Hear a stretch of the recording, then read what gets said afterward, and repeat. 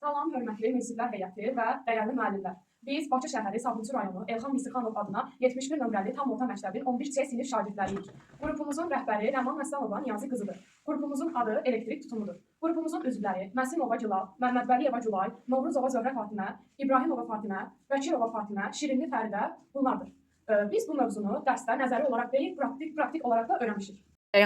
Əvvəlcə mövzunu dərindən araşdırma, sonra öz ideyamız əsasında sadə lakin funksional bir maket hazırladıq. Biz bu layihə vasitəsilə kondensat qövlərin və yarıkeçiricilərin əsas iş prinsiplərini sadə materiallarla canlandırmağa çalışırıq. Bu həm yaradıcı düşüncəmizi, həm də qrup şəkildə əməkdaşlıq bacarığımızı inkişaf etdirdi.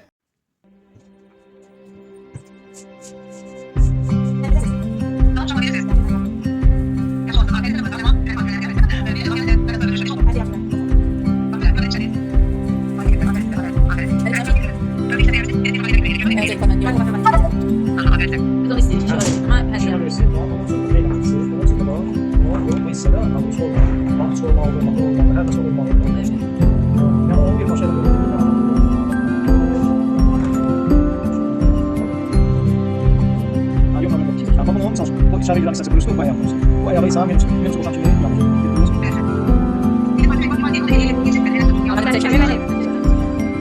Babanın minus ayakları sağlam kurusu girme. Kurusu da buradan minus yapıyoruz yanma.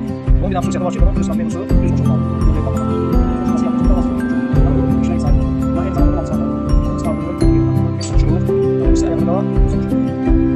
Bu sefer sonuçluluk nasıl yapıyoruz?